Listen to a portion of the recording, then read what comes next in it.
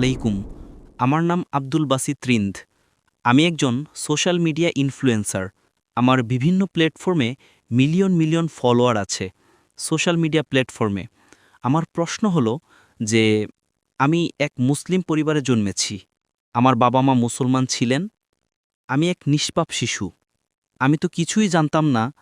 আমি যখন জন্মেছি এবং বড় হয়েছি, তখন আমার মন সেই জিনিসটিকে মেনে নেই যা আমার বাবা মা আমাকে শিখিয়েছেন। যেহেতু আমি মুসলিম পরিবারে জন্মেছি, তাই আমি ইসলামকে মন থেকে সত্য মনে করি।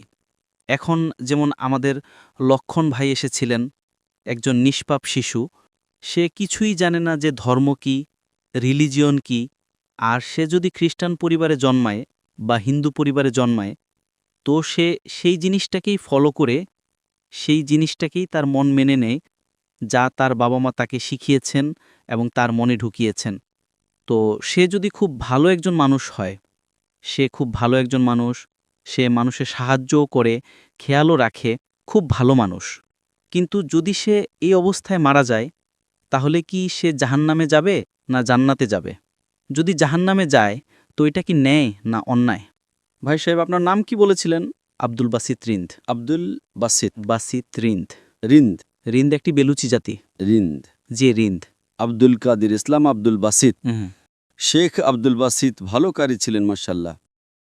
ভাই আব্দুল বাসিত খুব ভালো প্রশ্ন করেছেন। বলেছেন, আমি মুসলিম পরিবারে জন্মেছি, আমার বাবা মা মুসলমান ছিলেন, আলহামদুলিল্লাহ আছেন।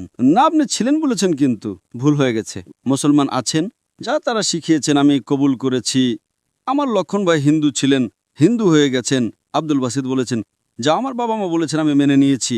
আব্দুল বাসিত সাহেব, যদি আপনার বাবা মা আজ বলেন 2 আর 2 5, আপনি মানবেন? মানব না। তো এই বলা যে যা বাবা মা বলেছেন আমি মেনে নিয়েছি, সঠিক নয়। যখন আপনি শিশু ছিলেন, তখন হয়তো মেনে নিতেন। ঠিক 2 বছর বয়সে মা বললেন 2 আর 2 5, তখন আপনি হ্যাঁ বলবেন, ঠিক কিনা? আজ বললে কি আপনি মানবেন? মানব না।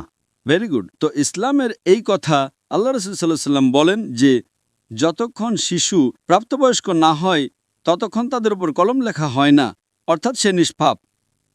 যদি লক্ষণ যে এখন প্রাপ্তবয়স্ক 25 বছর, 30 বছর, 35 বছর, জানি না, এখান থেকে দূরে দেখা যাচ্ছিল না, কিন্তু প্রাপ্তবয়স্ক তো, তাই না? যদি কোনো অমুসলিম হিন্দু পরিবারে জন্মায় বা খ্রিস্টান পরিবারে জন্মায় এবং প্রাপ্তবয়স্ক হওয়ার আগে 10 বছর বয়সে বা 8 বছর বয়সে তার মৃত্যু হয়ে যায়, তাহলে সে জাহান্নামে যাবে না, কারণ সে নিষ্পাপ। আপনি বুঝছেন?